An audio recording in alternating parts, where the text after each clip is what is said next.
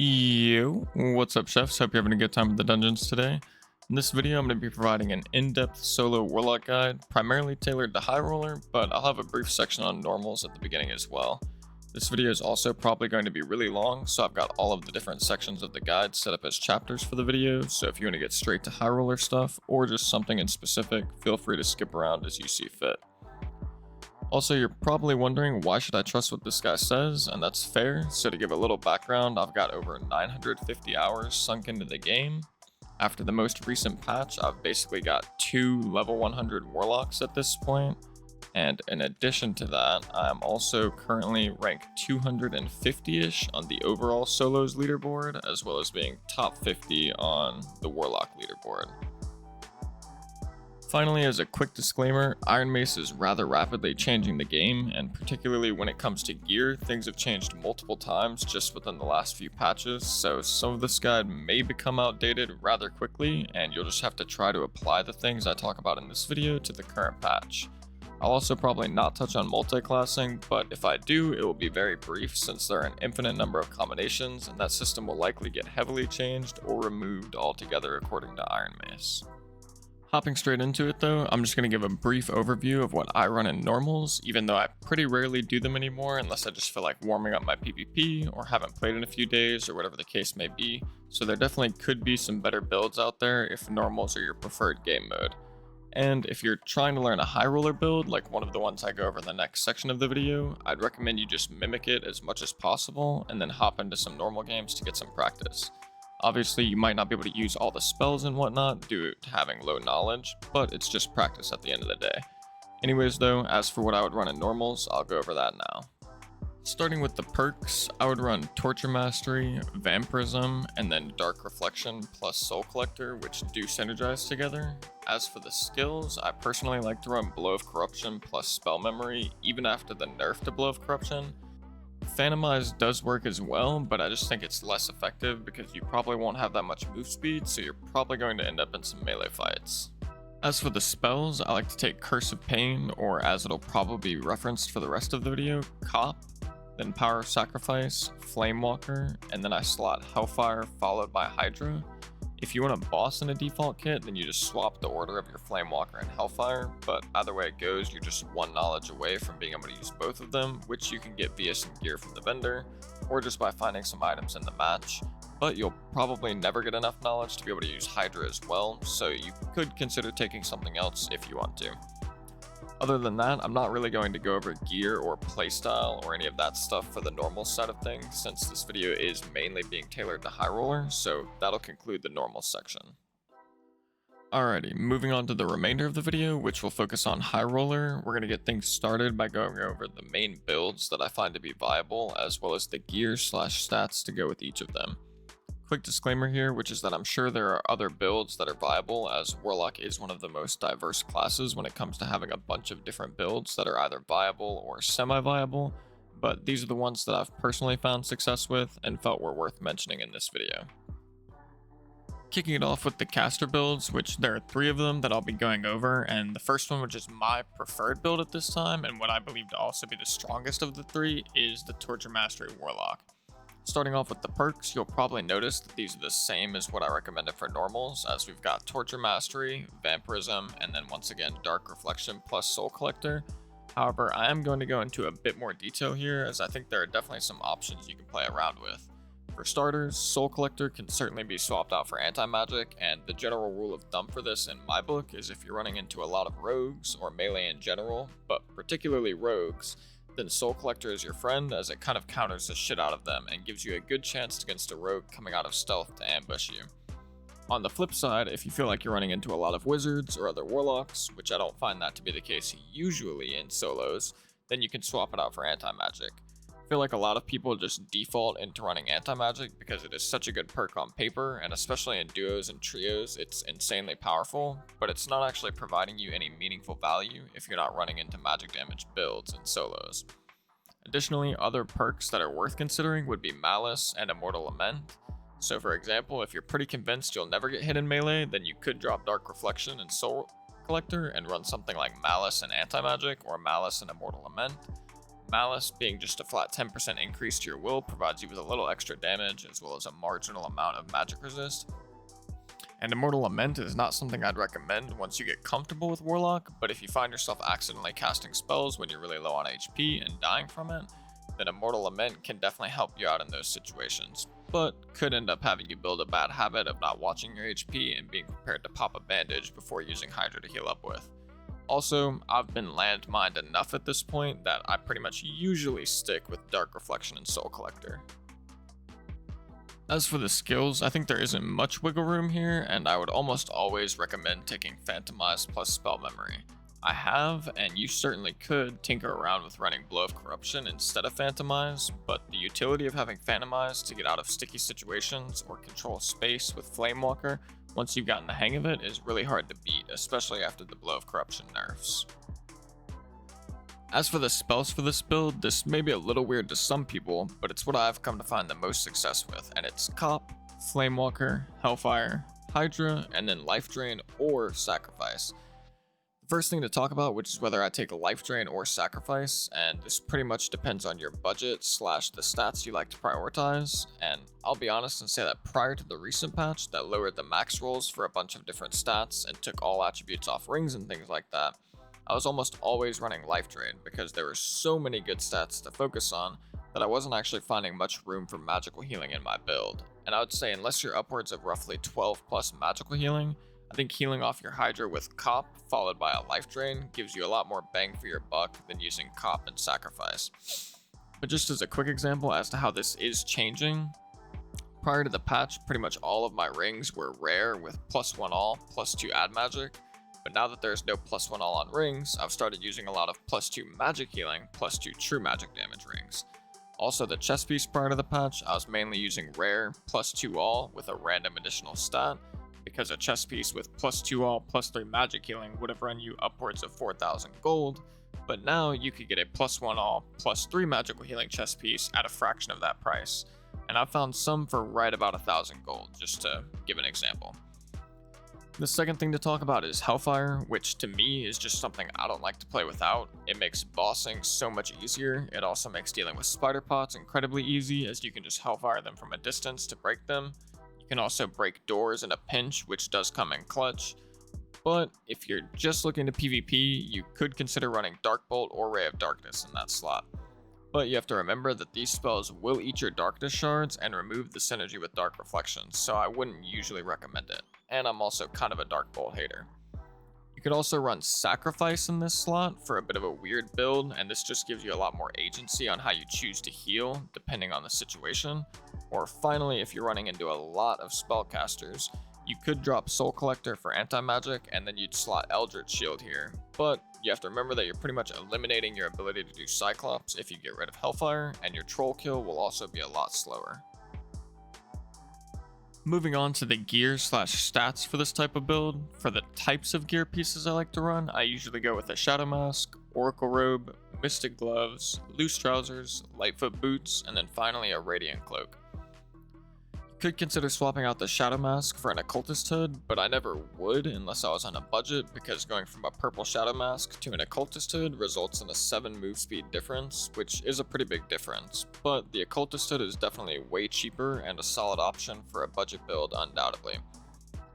You could also consider swapping out the Oracle Robe for an Occultist Robe, and it just depends on number 1 if you need the knowledge to slot your spells, or 2 if you just value the HP over the cast speed, which you'll see when I swap them out here. I lose 10% cast speed, but I gain 6 HP, which to me I just have a feeling that the cast speed is more useful. Also, with the brand new change to robes now being -10 move speed, we also might end up seeing Marauder outfits and Warden outfits become meta, but I'm not positive on that yet. As you'll come to notice, I put a lot of value in having a high move speed / cast speed, and a number of my kits prior to the stat change had over 330 move speed with fists out. For the jewelry, this will also depend on your budget / priority, but in a perfect world where gold didn't exist, I think you'd probably want 2 quickness rings just like this, or if you were on a giga budget, you could go for epic with the third stat being something like magic power, cast speed bonus, max health never hurt anyone, or even luck. But I don't think it's super practical going for an epic ring with 3 good stats, unless you're looking to drop like 10k plus gold for 1 ring. It's also worth noting that in my experience, quickness rings tend to be the most expensive, so resolve rings, rings of vitality, and rings of wisdom are all good options if you don't want to break the bank, which generally I'd rather have like 3 to 4 good kits ready to go in the stash as opposed to having just one giga kit that's insanely expensive. Now that we've got the types of gear pieces I prefer out of the way, we can talk about the particular stats that you'll be looking for. This part could get very lengthy and complicated, so I'm going to try and keep it as simple as I can without leaving out anything too important. There should be a notepad graphic coming up on screen with a breakdown of sorts of what you want to prioritize in case you want to just pause the video and reference it while you build a kit, or look at it while I'm talking. Also, I know I forgot to go over the necklace and weapons in the last part, so I'll make sure to cover those now. The necklace has a lot of options, but I usually prefer going for a Phoenix Joker right now because as you'll see on the notepad, there are 3 priority stats, and the only way to get those with a rare is via Phoenix Joker, and if you try to find all 3 of them on an epic, it would be extremely expensive if not impossible, and this Phoenix Joker already isn't too cheap, coming in at around 1,000 gold. If you want something cheaper, you could go for like an owl pendant with just add magic and magic healing and drop the all attributes. As for the weapons, I'm a big fan of running a Cris Dagger plus Crystal Ball setup with a spellbook as well because the Cris Dagger Crystal Ball is really nice for dealing with PvE, allowing you to cast Flamewalker and curses while also using melee without having to switch back and forth, and it can also be really good in fights against melee players that have high move speed because having to switch between your spellbook to your Cris Dagger during those fights could be the difference between you winning and losing. I will also quickly mention that Cris Dagger did just get nerfed, so this could end up changing. Now that we've got that out of the way, we can talk about the stats. Referencing the notepad, you can see that there are some priority stats that you really don't want to be missing out on if you can afford it, and those are add/true magic damage, magic healing, plus all attributes, plus add move speed, followed by knowledge, vigor, and agility. The important thing to keep in mind with these is that some of them can't be found on all of your gear pieces, so for the pieces that they can be found on, you really want to make sure you're getting them. For example, add/true magic damage can only be found on the helmet, cloak, rings, and necklace. Magic healing can only be found on your chest piece, rings, necklace, and weapons. And finally, your mystic gloves is a base stat as well. Plus all attributes can only be found on your chest piece, legs, and necklace, and then finally, plus add move speed can only be found on your boots. As of the most recent patch, it can no longer be found on your pants. If you're going for green gear to squeeze your way into the lower gear score brackets, these are the stats you really want to focus on. Plus add move speed on your boots, for example, cannot be overstated enough. I mean, these Lightfoot boots are giving me plus 16 move speed, which is legit insane and makes a massive difference in your overall power level. Following all of that, I lined out some good stats to keep an eye out for as additional stats, but to be honest, if you've got all of the things I already mentioned checked off, then you're well on your way to having a solid kit put together, and the good stats are just bonuses, particularly if you've got the gold to spare or are really trying to min-max / make a really insane kit. Just to quickly showcase a low gear score kit that is pretty insane and abuses the current gear score system, assuming you bring in a low amount of meds, and you can check out my previous video where I talk about all of that. I'll just hover over the items real quick for you to see.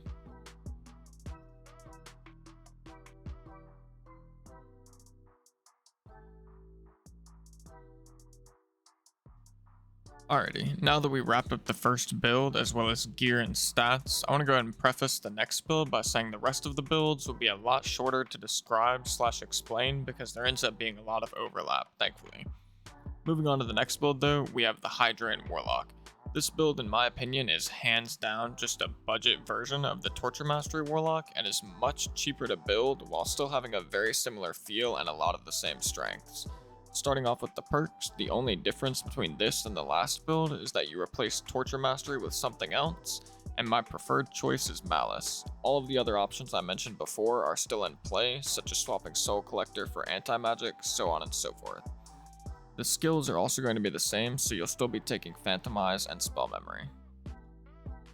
As for the spells, you'll similarly be taking pretty much the same stuff as the last build, except you do have to run Life Drain in your final slot, and you don't really have the option of using Power of Sacrifice, as you won't be running Torture Masteries, so your only way to heal in this build will be by placing down a Hydra and hitting it with a Life Drain. Moving on to the gear section for this build, I'll just hover over a kit I have in my stash specifically for this type of build, but it's ultimately going to be super short and simple because you can gear up the exact same as the previous build, except you want to just completely remove magical healing from your stat priority, as it gives you 0 benefit with this build. Even with life drain, the healing you get from that scales exclusively with the amount of magic damage you're doing and vampirism, which I know is weird because of the way vampirism is worded, but you can check the wiki on that if you don't believe me, and I've also fact checked it myself just to be sure. Ultimately though, this build ends up being a lot cheaper and easier to put together because you don't have to worry about magical healing, and this opens you up to just being tankier, faster, or even more effective in melee if you wanted to go the Blow of Corruption route, which I think is quite a bit more viable in this build than in the Torture Mastery build.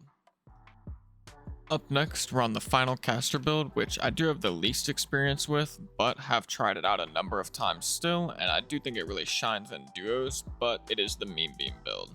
This build is pretty much just an extension of either of the two previous builds in the sense that you're still going to be either going Torture Mastery or Hydrain, but you're going to be adding in that extra layer of having some focus on Ray of Darkness. I think the better version is going to be utilizing Torture Mastery though, and your perks will look the same as they did in Torture Mastery, although you could consider swapping things up a fair bit if you want by going for something like replacing Vamp with Dark Enhancement, or you could drop Dark Reflection for Dark Enhancement so you can't lose your Darkness Shards by getting hit in melee by a mob or another player to make sure you will have them for when you do end up casting Ray of Darkness.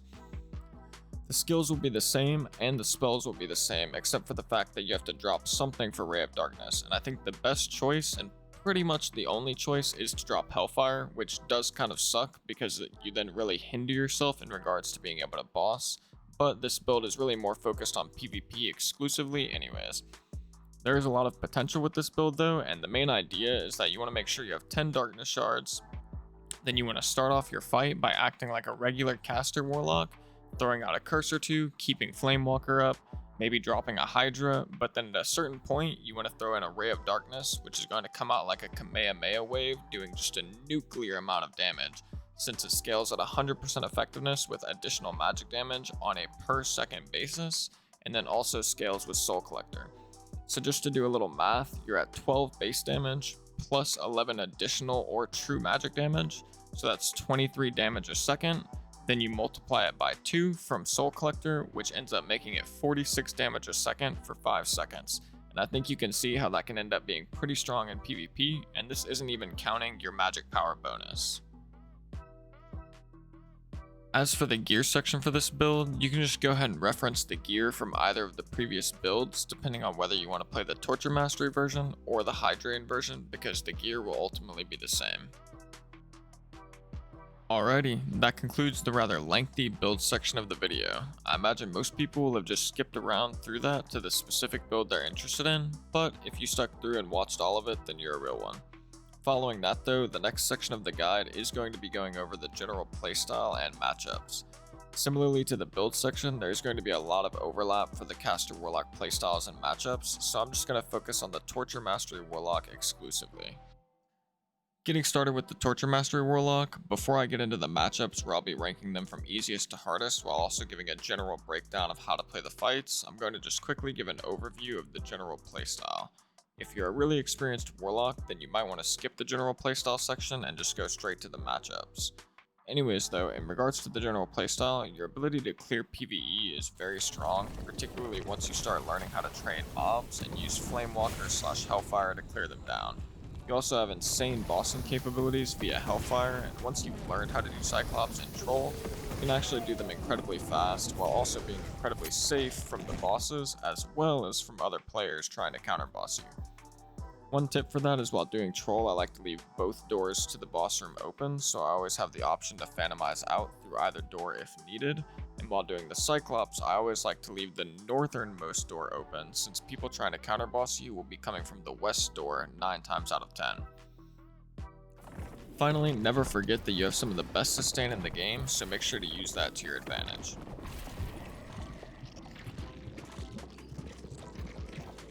As for the PvP, the biggest skill expression you have as a caster Warlock, in my opinion, besides maybe just having really good aim with your curses, is how well you're able to use Flamewalker. This spell is so incredibly powerful once you get the hang of it and makes most matchups against melee opponents much easier. The thing to keep in mind here is that you need to 1. Keep it up almost all of the time during fights, even against non-melee opponents to be honest, unless you know they are exclusively ranged, and 2. You need to really try and optimize the placement of the flames so that if they try to run at you, they won't be able to just get around the flames. This means not jumping because no flames are placed while you're in the air, and also sometimes making sure to move side to side in tight corridors to cover up the whole pathway with flames. Also, playing in and around doors with Flamewalker can be very oppressive at times. Other than that, it's not super complicated as you generally just don't want to go into melee unless you absolutely have to, or you know undoubtedly that you can finish the fight quickly without dying. You want to try and use your Hydra to control doorways when it seems applicable, and ultimately try to stick to open areas as much as possible during PvP since they give you a lot more agency to control the fight as opposed to narrow corridors or areas littered with closed doors, which can certainly and will be your downfall at times. Moving on to the matchups though, and we'll start off with the easiest ones first and then move on to the harder ones. Before I do get started, I want to preface this by saying that every single fight you take in this game will be different. There are an infinite number of variables going into every fight, whether it be where you're taking the fight, countless types of differences that can come from gear, different builds, someone getting the jump on the other person, etc, etc. So try to focus on the concept/idea of how you want to play the fight and keep that in mind as I go through this list. And I probably won't be including much footage, if any at all, for these matchups for these reasons, as typically fights don't actually play out how you want them to, or how they would, assuming you had the exact same gear and are fighting in a massive boxing ring, for example. For these matchups though, I'll do my best to assume that you're on an even footing when it comes to gear, and I'll try to talk about the matchups giving the perspective of multiple types of locations that you could be taking the fight in. Starting with the easiest matchup though, and in my opinion, that's going to be the traditional fighter style that runs heavier armor plus a crossbow or any similar variation of that build. Not Slayer Fighter though, as I'll be doing that separately. There isn't much to say about this matchup though, as the move speed difference is typically quite large, so you shouldn't have to worry about getting into melee with them, and you definitely do not want to. So just do your best to keep Flamewalker up, land your curses, attempt to dodge their crossbow shots, and even if you do get hit, you can probably out-heal the damage for the most part. And this goes for pretty much all the matchups. Typically, if you need to, you can always take a moment to run away from the fight and get off a quick reset by healing to full with your Hydra before re-engaging as well. Next up in the favorable tier, we have the Bard and Cleric. Starting with the Bard, this matchup can go either way, and a lot of times comes down to who has a higher move speed, but assuming you have the same, I think it is favorable for Warlock because you can usually beat the Bard in a mid-range fight. Unless they're running a survival bow and are particularly good with it, then it does become more difficult, but you want to just do your best to stay in curse range and try to build an advantage via protection pots and landing your curses, which eventually should pressure them to try and get on you to melee, and at that point you should have Flamewalker active and use Phantomize to zone them off / go for more curses, and this is usually how most of my fights versus Bards end up with me winning.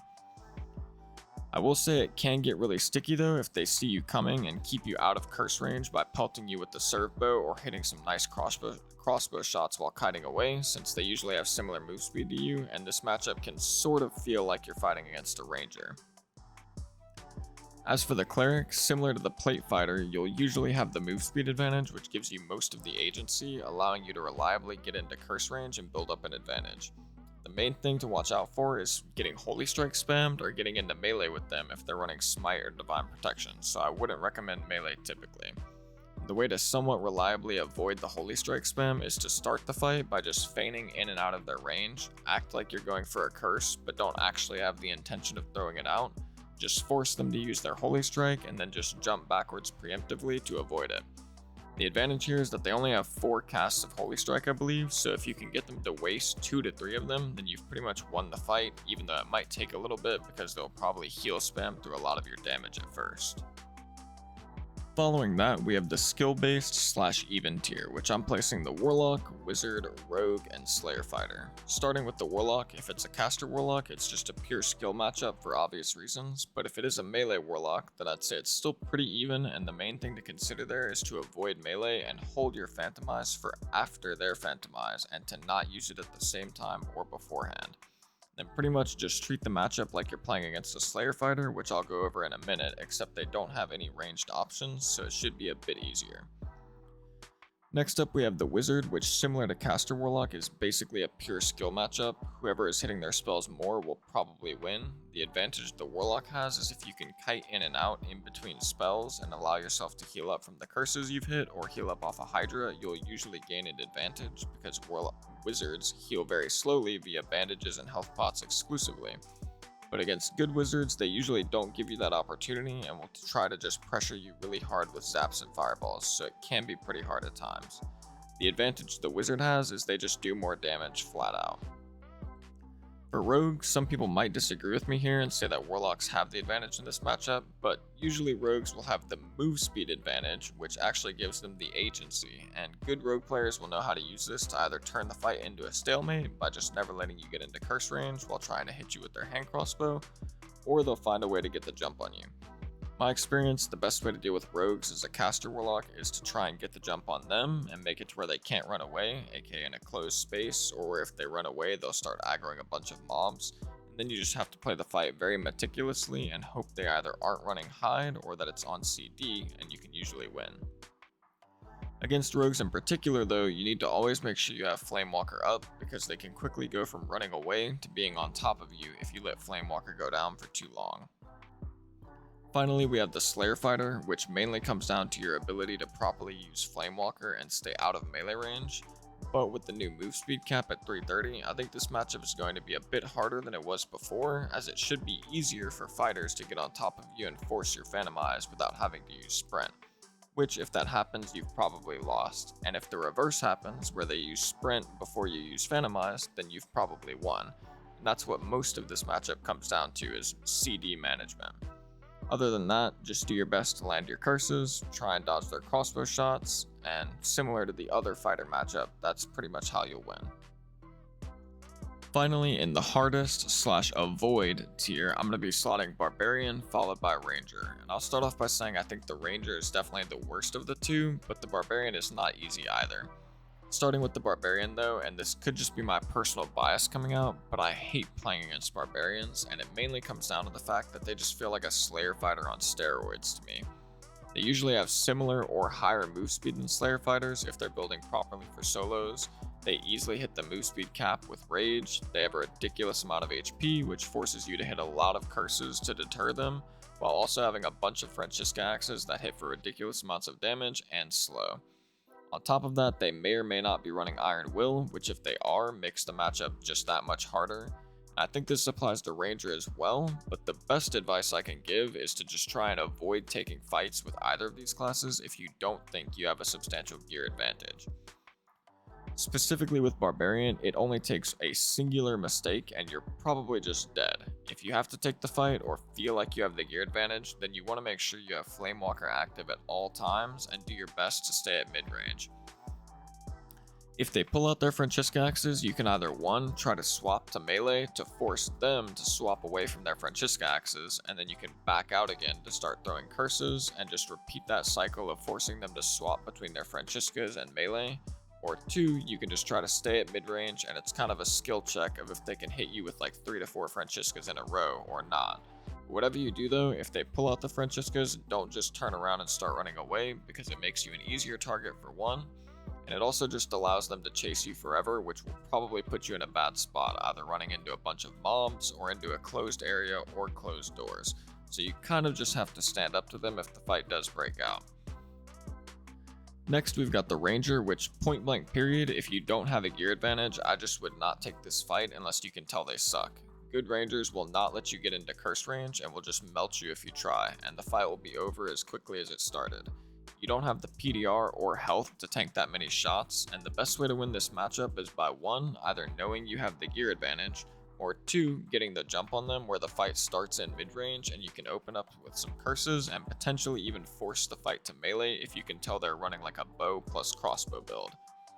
If they've got a spear, you can't go melee because you'll get whacked, so yeah, this matchup straight up sucks for Warlocks. The best place to take the fight would actually be in an enclosed space with short sight lines that allow you to trade a curse for an arrow and then just tuck behind a corner to let your curse heal you before you go for another trade.